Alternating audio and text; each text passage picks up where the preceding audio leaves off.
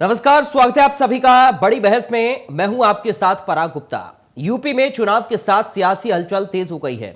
चुनाव की तारीखों के ऐलान के साथ ही सभी सियासी दल अब रणनीतियों को अमली जामा पहना रहे हैं। अलग अलग रणनीतियों पर काम भी जारी है, लेकिन इन सब के बीच जब से चुनाव आयोग ने रैलियों पर पाबंदी लगाई है, तब से इसी बात को लेकर चर्चा है कि अब जनता तक पहुंचने के क्या क्या माध्यम हो सकते हैं, क्योंकि सियासी दल को वोटर तक पहुंचने के लिए कोई ना कोई माध्यम तो अपनाना ही होगा। इसलिए सबसे पहले ज्यादा चर्चा इस वक्त सोशल मीडिया को लेकर ही है। दरअसल उत्तर प्रदेश में राजनीतिक पंडित अब ये मानकर चल रहे हैं कि इस विधानसभा में सोशल मीडिया के सहारे ही नैया पार लगने वाली है। इसलिए सभी दलों ने आईटी सेल को एक्टिव कर दिया है। लोगों तक पहुंचने के लिए सोशल मीडिया पर अलग अलग तरह के कैंपेन लॉन्च हो रहे हैं। अब सोशल मीडिया पर ही वादों और दावों की बौछार है। लेकिन सबसे बड़ा सवाल यह है, क्या यूपी में सोशल मीडिया के सहारे सत्ता तक पहुंचना आसान है? क्योंकि यूपी में साक्षरता दर को देखा जाए तो यहां बहुत कम है। भले ही लोगों के हाथों में स्मार्टफोन पहुंच गए हों, लेकिन क्या राजनीतिक दल आसानी से उस स्मार्टफोन तक पहुंच बना सकेंगे और क्या उन्हें अपने पक्ष में वोट करने के लिए प्रेरित कर सकेंगे? आज चर्चा इसी पर।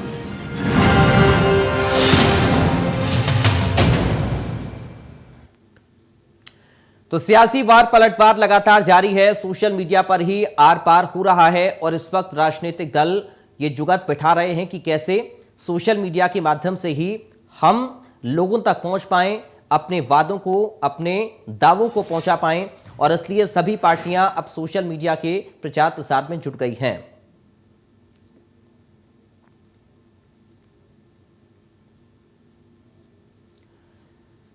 तो बीजेपी हो, कांग्रेस पार्टी हो, समाजवादी पार्टी हो, बहुजन समाज पार्टी हो, सभी पार्टियां अब इस पर काम कर रही हैं कि कैसे अपने सोशल मीडिया को मजबूत बनाया जाए ताकि लोगों तक पहुंच बना सकें। क्योंकि स्मार्टफोन ज्यादातर लोगों के हाथ में है आज के दौर में, लेकिन उस स्मार्टफोन तक राजनीतिक दलों का पहुंचना कितना मुश्किल या फिर कितना आसान होगा, आज हम चर्चा इसी पर करेंगे।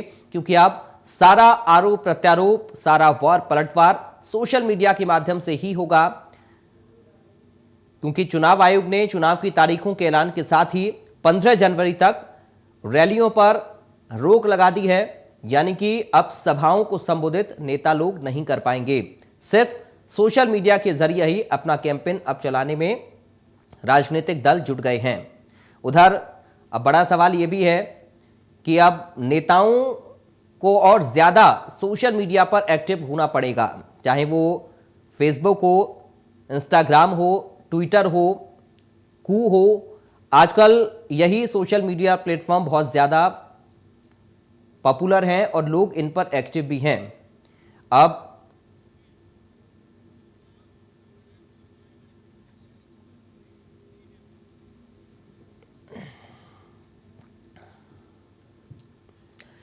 हमारे साथ कुछ खास मेहमान जुड़ गए। सीधा आपका परिचय करा दूं, कांग्रेस पार्टी से प्रवक्ता अनुज आत्रे हैं। अनुज आत्रे साहब, आपका स्वागत है इंडिया न्यूज में।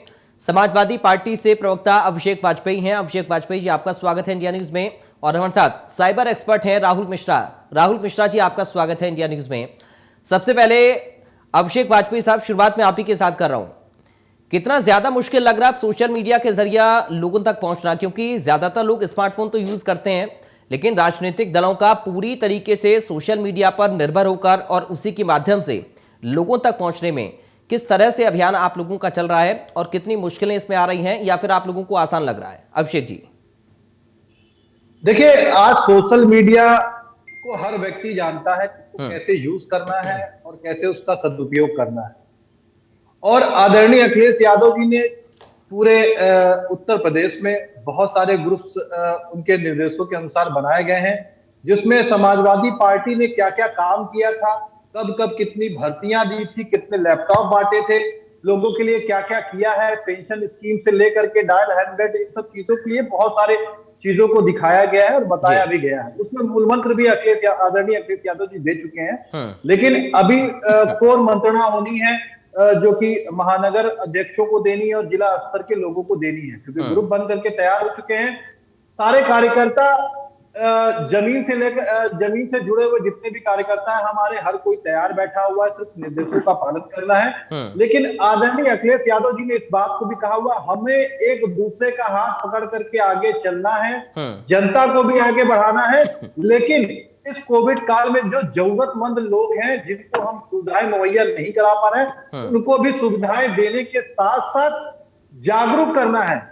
और साथ में यह भी बताना है कि भारतीय जनता पार्टी ने कैसे लोगों को ठगा हुआ है और क्या क्या उसके दुष्परिणाम हुए हैं। आप चाहे देखिए कि अगर भर्तियों के मामले में हम कहें तो लगभग 15 से ज्यादा भर्तियां ऐसी यूपी ट्रिपल एससी की ऐसी भर्तियां रही जो आज तक कारगर नहीं हो पाई।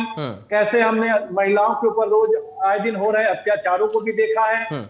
कैसे हमने इस पंचायत चुनाव में लाठी डंडा कट्टा बम बारूद का इस्तेमाल होते हुए भी देखा है। ठीक है। कैसे हमने यह भी बहुत सारी चीजों को देखा है। और सोशल मीडिया ऐसा प्लेटफॉर्म बन चुका है, आज हर किसी के पास जेब में जो स्मार्टफोन है, वो आदरणीय अखिलेश यादव जी ने छात्रों को लैपटॉप दिया था, टैबलेट फोन दिए थे, मोबाइल दिए थे, ये उसी की देन है जो इतनी बड़ी क्रांति भी आई हुई। ठीक है।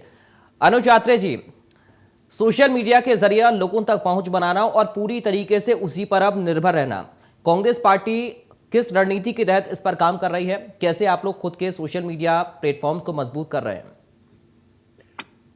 देखिए, जिस तरह से हमारा देश आगे आगे प्रगति कर रहा है, तो निश्चित तौर पे हमारा देश का युवा, हमारे ग्रामीण पार्टी से आते हुए युवा भी जो है कहीं ना कहीं बहुत ज्यादा मजबूत हुए बीते कई वर्षों में। तो आज मुझे लगता है कि गांव-गांव में जो है स्मार्टफोन पहुंच चुका है और इसकी देन ये स्वर्गीय राजीव गांधी जी जो देश के पूर्व प्रधानमंत्री थे, उनकी कहीं ना कहीं ये सोच का आज हमने देखा, जो एक सामने एक हमको आज इस स्थिति पे पहुंच गए कि आज गांव-गांव में बच्चे बच्चे के हाथ में भी स्मार्टफोन पहुंच गया है। तो कांग्रेस पार्टी लगातार इस चीज के लिए प्रयासरत रहेगी कि जिस तरह से भारतीय जनता पार्टी का ये कुशासन, जो डबल इंजन की ये सरकार बीते 5 वर्षों में उत्तर प्रदेश की जनता ने झेला है, जो जंगल राज खत्म करने की बात करके सत्ता में आए थे और उस जंगल राज को इन्होंने जो है और नरक में तब्दील कर दिया है, तो उससे जनता को मुक्ति दिलाने के लिए बहुत ज्यादा जनता को बताने की आवश्यकता नहीं है, क्योंकि उत्तर प्रदेश की जनता राजनीतिक सूझबूझ रखने के लिए बहुत ज्यादा सक्षम है। जनता ने देखा है कि बीते 3 दशकों में उत्तर प्रदेश की हालत बद से बदतर हुई है जब से कांग्रेस पार्टी सत्ता से बाहर हुई है। इन तीनों दलों को, चाहे भारतीय जनता पार्टी को 5 बार सरकार बनाने का उत्तर प्रदेश की जनता ने मौका दिया, 4 बार बहुजन समाजवादी पार्टी की सरकार को दिया, 3 बार समाजवादी पार्टी की सरकार को अवसर दिया। लेकिन क्या हालात हुआ कि जो हमारा उत्तम प्रदेश देश का होना चाहिए था, सबसे बड़ा प्रदेश होने के नाते आज सबसे पिछड़ा हुआ प्रदेश है। किसी भी आप क्षेत्र में जाकर के उठा के देख लीजिए, उत्तर प्रदेश सबसे निचले पायदान में आता है। हाँ, प्रचार में ये सरकार ने जरूर सबसे आगे कर दिया है कि झूठी अफवाहें उड़ा करके, झूठा प्रचार करके, अपने मुंह मियां मिट्टू करके उस चीज में आगे हुए हैं। और 3 इनकी उपलब्धियां इस सरकार की रही हैं कि किस तरह से ये आपस में धर्म के आधार पर जनता को लड़ाना भिड़ाना, हिंदू मुसलमान करके चुनाव लड़ाना, जो कि इनकी प्राथमिकता पे रहा है। और ये चुनाव अभी भी उसी आधार पर लड़ने की इन्होंने कहीं ना कहीं रणनीति बना रखी है। दूसरा, इन्होंने केवल और केवल इन 3 सालों में एनकाउंटर, बुलडोजर और छापे, इसके अलावा कोई विकास के नाम पर लीपापोती का काम इस सरकार ने किया है, वो जनता अच्छे से देख चुकी है। ठीक है, हमारे साथ प्रियंक पांडे भी जुड़ गए हैं, भारतीय जनता पार्टी से प्रवक्ता। प्रियंक पांडे जी, आपका स्वागत है इंडिया न्यूज में। आपके पास अब मैं आ रहा हूं, उसके बाद राहुल मिश्रा जी आपके पास आऊंगा। प्रियंक पांडे जी, सोशल मीडिया के जरिए ही आप प्रचार करना है और आप लोगों के ऊपर पहले से ही आरोप लगते रहे हैं कि आप सोशल मीडिया के जरिए उसका दुरुपयोग करके दुष्प्रचार करते हैं। तो ऐसे में कैसे अब चीजों को आप लोग मैनेज कर रहे हैं और कैसे अपने प्रचार को एक पॉजिटिव दे रहे हैं? देखिए, मैं आपको ये बताना चाहता हूँ पहली चीज कि हम लोग साल के 365 दिन सतत काम करने वाले संगठन हैं जी। ऐसा नहीं होता कि जब चुनाव आया तो हम चुनावी मौसम में टूरिज्म करने के लिए निकल गए। हमारा सरकार, हमारी संगठन सब जनता के बीच 365 दिन विभिन्न अभियानों के तहत रहते हैं। आप कोरोना महामारी में ही उठाकर देख लीजिए तो पूरा हमारा सरकार और संगठन, वो सब पदाधिकारी एक दूसरे से कनेक्टेड थे और हमारे संगठन के आह्वान पे ही हमारे एक एक पदाधिकारी, वो मंडल से लेके बूथ स्तर तक का हमारा पदाधिकारी वो सड़क पर निकला और प्रवासी मजदूरों की मदद करना, जनता के दुख सुख को बांटना, उनके जरूरत की चीजों को उन तक पहुंचाने का कार्य किया है।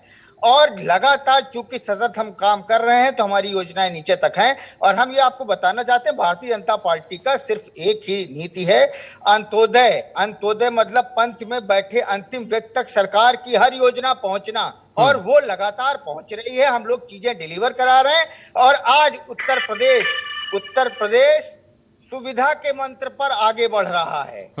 सुविधा मतलब सुरक्षा, वाह मतलब अच्छा वातावरण और विकास, लॉ एंड ऑर्डर और रोजगार। उसके बाद धा पे मतलब धर्म, राष्ट्र धर्म को निभाते हुए किसी के सबका साथ, सबका विकास, सबका विश्वास, इस नीति पे काम करते हुए हम लोग आगे बढ़ रहे हैं।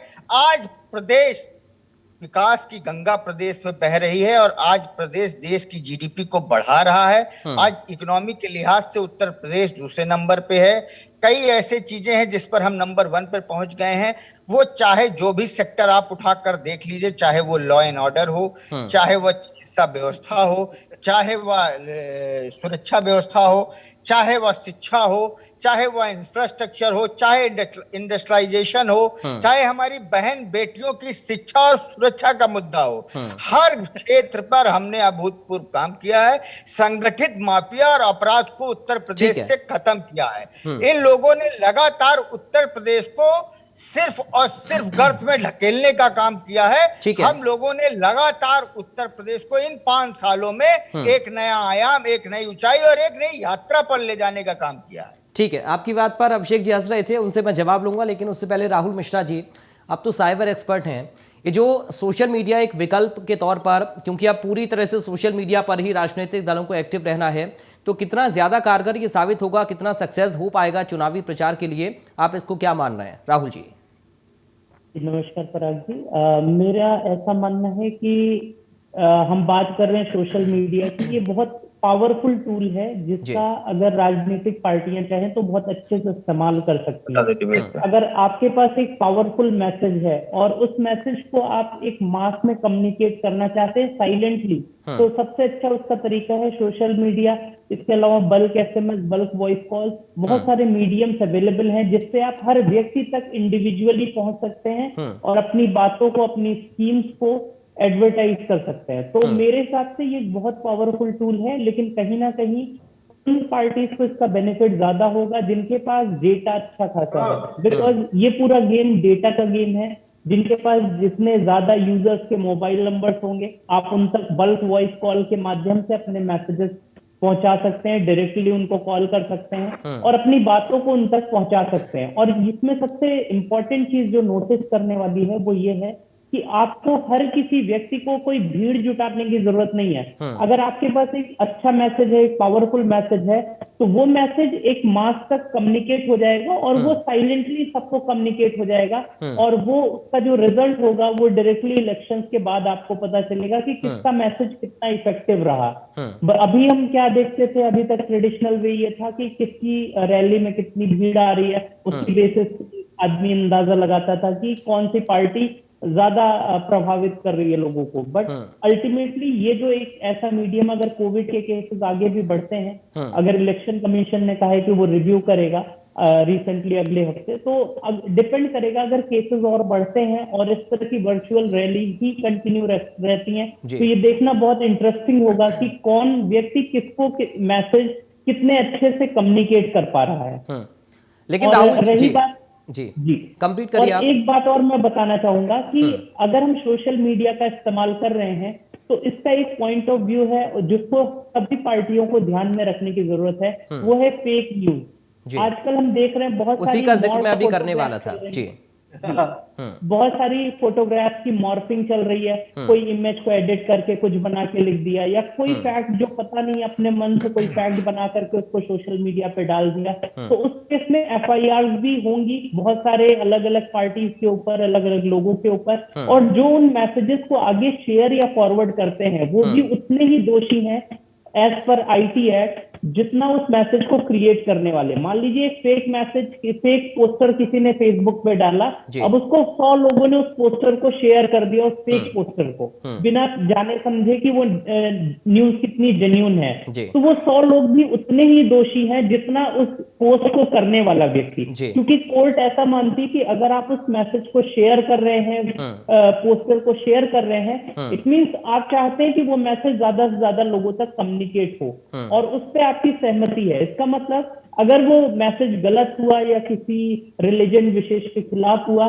तो क्या होगा, उसमें आपके ऊपर भी वही एफआईआर होगी जो उस मैसेज को क्रिएट करने वाले व्यक्ति के ऊपर होगी। उस केस में दोनों ही इक्वल टर्म्स में दोषी हैं। तो इन बातों का ध्यान रखने की जरूरत है कि किसी भी मैसेज को किसी ग्रुप में फॉरवर्ड करने से पहले या किसी मैसेज को शेयर करने के पहले उसकी ऑथेंटिसिटी को जरूर क्रॉस चेक कर लेना चाहिए।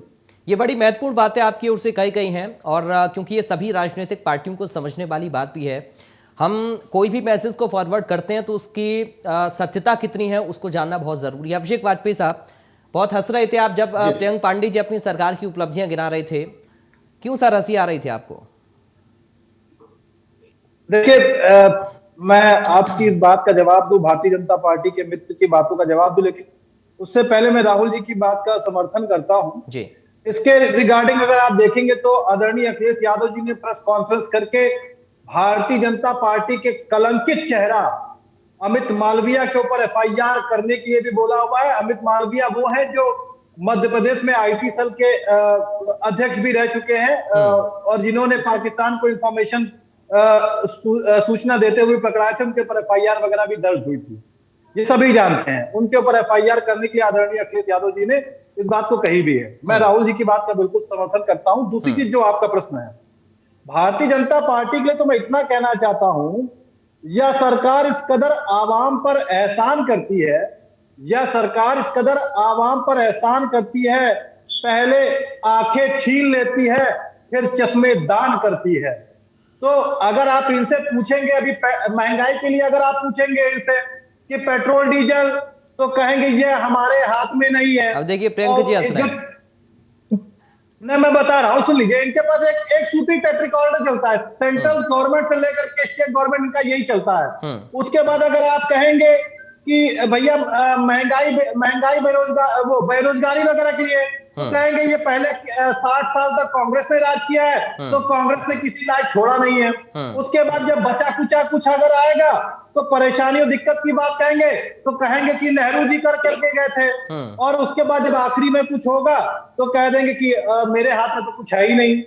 तो इनका सिस्टम ही सिर्फ इतना चलता है, ये जनता को भ्रमित कर सकते हैं। जैसे इन्होंने महिला सुरक्षा के लिए बात कही, तो आप देखिए आज भी पेपर में निकला हुआ कैसे एक महिला का रेप हो गया और उसकी एफआईआर नहीं लिखी गई, ये बड़ा चिंतनीय विषय है। तो महिला की सुरक्षा तो ये कर नहीं सकते, इनको शर्म आनी चाहिए पहले ऑन एयर चैनल पे बोलते हुए झूठ। दूसरी बात, अगर बेरोजगारों के लिए, तो आप देखिए अयोध्या में कल 2 दिन की एक रैली छोटी सी निकली हुई थी जिसमें बेरोजगारों ने पूरे अयोध्या में घूम घूम करके रोजगार मांगा हुआ है। और उत्तर प्रदेश में रोजगार मांगने के लिए नया नहीं, बहुत पुराना नियम हो गया 5 सालों में कि आ करके लोग रोजगार मांग रहे हैं और लाठी खा कर चले जा रहे हैं। वो लोग भी इनको सबक सिखाएंगे। तीसरी चीज, अगर मैं किसानों की बात कह दूं तो ये वो पाखंडी लोग हैं जो सोची समझी साजिश रच करके किसान भाइयों के ऊपर गाड़ी चढ़वा देते हैं और केंद्रीय राज्य मंत्री जो गृह राज्य मंत्री है उनको बर्खास्ती भी नहीं होती है। तो आप समझ सकते हैं कैसे विचारधारा के लोग हैं ये। वही आपको ध्यान होगा कि सरदार पटेल ने एक बात कही थी कि आरएसएस के ऊपर उन्होंने ही बैन लगाया हुआ था, वो जानते थे, वो आगे आने वाले दिनों के बारे में सोच चुके थे, तो उन्होंने इसी वजह से बैन लगाया था कि ये दूषित मानसिकता के लोग समाज में जहर घोलेंगे।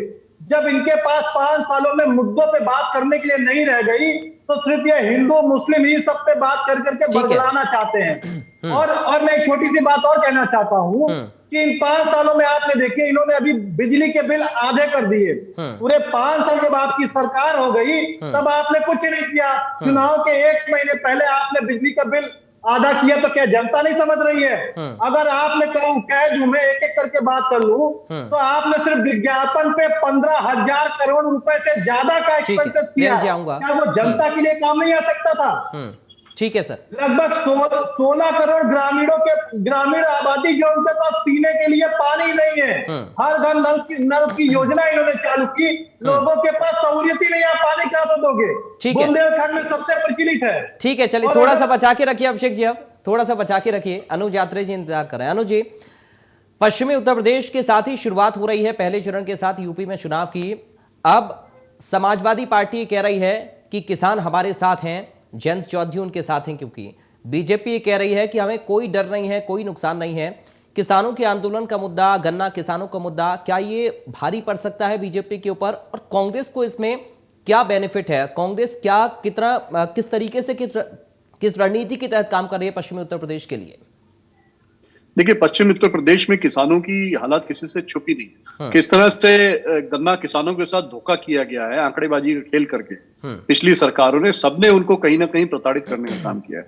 क्या कारण था कि इससे पहले की सरकार ने गन्ना मिलों को बंद कर दिया, और ये सरकार वायदा करती रही, आज भी 36 गन्ना मिलें बंद पड़ी हैं, क्यों नहीं चाहता? ये वही मिले हैं जिनको कांग्रेस पार्टी की सरकार ने इस प्रदेश की जनता को देन दी थी, जिनकी वजह से जो है ये गन्ना मिलें चल रही और गन्ना किसानों का जो है रोजी रोटी चलती रही। लेकिन गन्ना मिलें बंद होने के बावजूद ये आज तक चला नहीं पाए, और अभी भी हजारों करोड़ रुपए गन्ना किसानों का बकाया चल। और कांग्रेस पार्टी का सवाल ये रहा, तो देखिए, कभी भी हम किसानों के दुख में अपना लाभ नहीं देखते हैं, हम किसानों के दुख के साथ खड़े हैं। किसान परेशान है तो कांग्रेस पार्टी खुश नहीं हो सकती, हम तो उनसे ज्यादा उनके लिए परेशान होती। यही लड़ाई आज प्रियंका गांधी जी उत्तर प्रदेश में आधी आबादी जो उत्तर प्रदेश की है महिलाओं की, उनके साथ लड़ाई लड़ रही है। राहुल जी किसानों के लिए लगातार लड़ रहे हैं।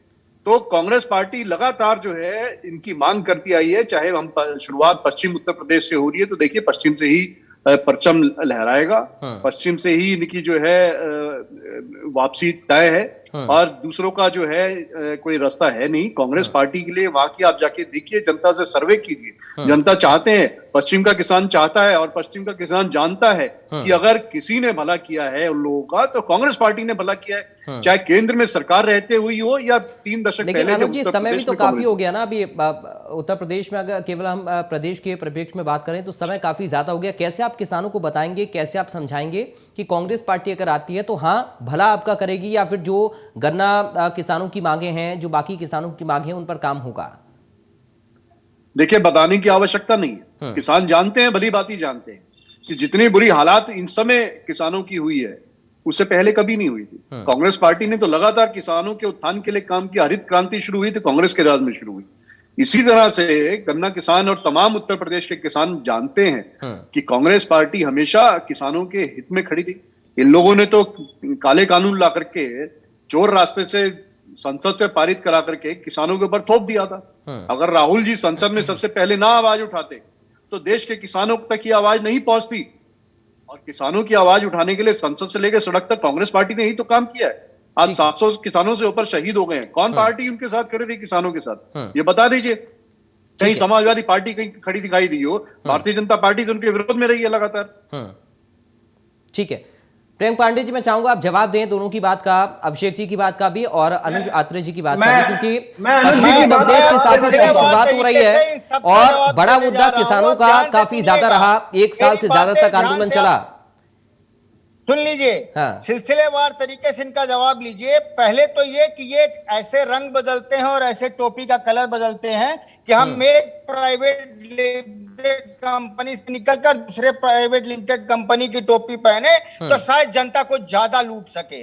लेकिन अब जनता टोपी पहनने वाली नहीं है, नंबर 1। नंबर 2, महिला सुरक्षा की बात करते हैं। पूर्व की जो कांग्रेस पार्टी है प्रियंका चतुर्वेदी के साथ क्या किया, और समाजवादी पार्टी में गायत्री प्रजापति जो पास्को एक्ट के दोषी रहे गंभीर धाराओं में, जिनके ऊपर मुकदमा हुआ और जुर्म कबूल हुआ, जिनका जुर्म साबित हुआ है, जो दंडित हुए हैं, समाजवादी पार्टी के गायत्री प्रजापति पूरी दुनिया इनका चेहरा देख रही है, जिसको बैठा कर घुमाया करते थे। अब आइए किसान भाइयों के मुद्दे पर। पिछली सरकार 29,000 करोड़ का गन्ना बकाया छोड़कर गई थी, जिसका भुगतान हमारी सरकार ने आकर किया और लगातार आज ठीक है सर, सर। ठीक है अभिषेक जी, अब समय नहीं है, समय आज इतना ही चर्चा के लिए। ठीक है, गन्ना किसानों का किसी का आखिरी बात कहना चाहता हूं। ठीक है, बहुत जल्दी से अभिषेक जी, बहुत जल्दी से प्लीज, सरकारों ने किया 10 सेकंड में अभिषेक जी। चीनी मिल बेचने वाले इन्होंने प्राइवेट के लिए कहा, तो मैं इनको एक बात बता दूं, गधे पर बैठने की औकात नहीं है, स्थापना करते हैं, घुड़सवार बन बैठे हैं। सारी यूनिटों हमारे प्रदेश के चोर बड़े साथी हैं और वो सबके सब चौकीदार बैठे हैं। ठीक है, चलिए बहुत शुक्रिया सर, हम उम्मीद कर रहे हैं, बहुत शुक्रिया सभी का। अनुज आत्रे साहब आपका बहुत शुक्रिया, अभिषेक जी आपका बहुत शुक्रिया, राहुल मिश्रा जी आपका शुक्रिया, प्रियंक पांडे जी आपका बहुत शुक्रिया चर्चा का हिस्सा बनने के लिए।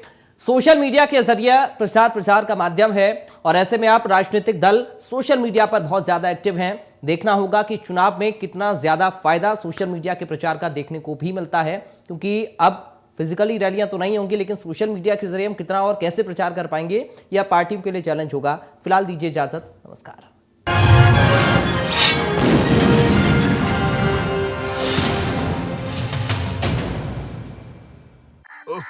कुछ अच्छा होने वाला है। PolicyBazaar.com पे आओ और कार इंश्योरेंस और बाइक इंश्योरेंस प्रीमियम पे 85% तक डिस्काउंट पाओ। PolicyBazaar.com।